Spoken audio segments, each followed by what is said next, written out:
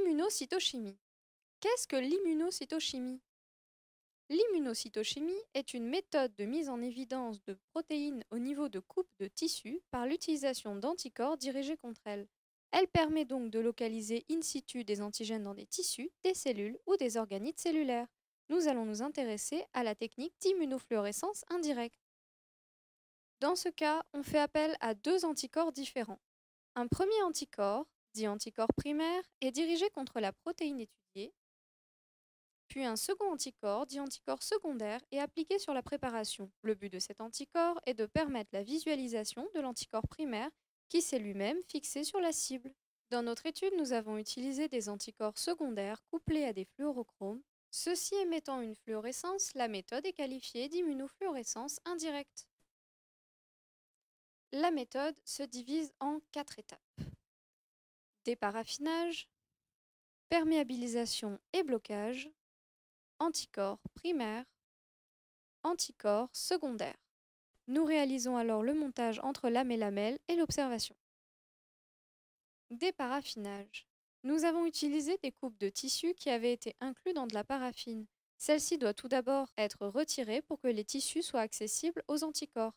Cette étape de déparaffinage a été réalisée à l'aide d'un matériel dédié. Elle est composée de différents bains. Perméabilisation et blocage.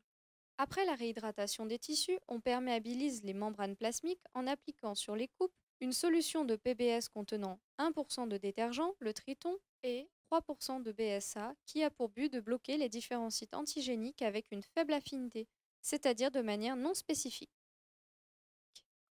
Perméabilisation, blocage, anticorps primaire. Puisque l'anticorps primaire a une plus grande affinité pour son antigène que la BSA, cette dernière va lui céder sa place aux endroits où se trouve la protéine cible. On isole les coupes à traiter en séchant méticuleusement leur pourtour à l'aide d'une matière absorbante. On peut ainsi isoler plusieurs coupes identiques sur les lames en utilisant différents anticorps sur une même lame, par exemple pour effectuer un contrôle avec du sérum non humain. La lame doit être bien sèche autour des coupes pour éviter des fuites et donc le risque que les anticorps ne sèchent. On laisse ensuite nos lames dans une chambre humide pendant 2 à 3 heures ou bien une nuit à 4 degrés. Anticorps secondaires. Les anticorps secondaires reconnaissent la partie antigénique de l'anticorps primaire qui s'est précédemment fixée. À l'issue de l'incubation, les lames sont rincées au PBS, isolées par séchage, puis les coupes sont mises en présence de l'anticorps secondaire. L'incubation d'1h30 s'effectue à l'abri de la lumière. Si on le souhaite, on pourra effectuer la même manipulation pour les colorer au DAPI. Cette coloration permet de mettre en évidence les noyaux de toutes les cellules présentes sur la coupe. Montage de la lamelle. Après 3 rinçages à l'eau, les coupes sont montées dans un milieu de montage hydrosoluble contenant un agent protecteur de fluorescence. Les lamelles sont délicatement posées sur les coupes en évitant la formation de petites bulles. Il ne reste plus qu'à effectuer l'observation. Les fluorochromes des anticorps secondaires, lorsqu'ils sont excités à la bonne longueur d'onde, émettent un rayonnement fluorescent. Il suffit maintenant d'observer nos lames au microscope optique à fluorescence. Il est préférable de prendre des photos rapidement car la fluorescence diminue au fur et à mesure de son exposition à la lumière.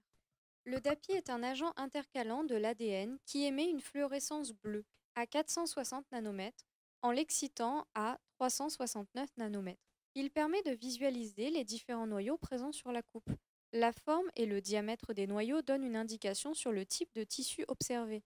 D'autre part, cette coloration d'API permet une mise au point aisée sur la préparation avant de la regarder avec d'autres filtres, où la fluorescence est parfois moins nette. Dans ce cas, la fluorescence rouge met en évidence la protéine NLRP3. Par exemple, ici, l'immunofluorescence indirecte permet d'observer la disposition d'une protéine, la desmine, dans les tissus œsophagiens.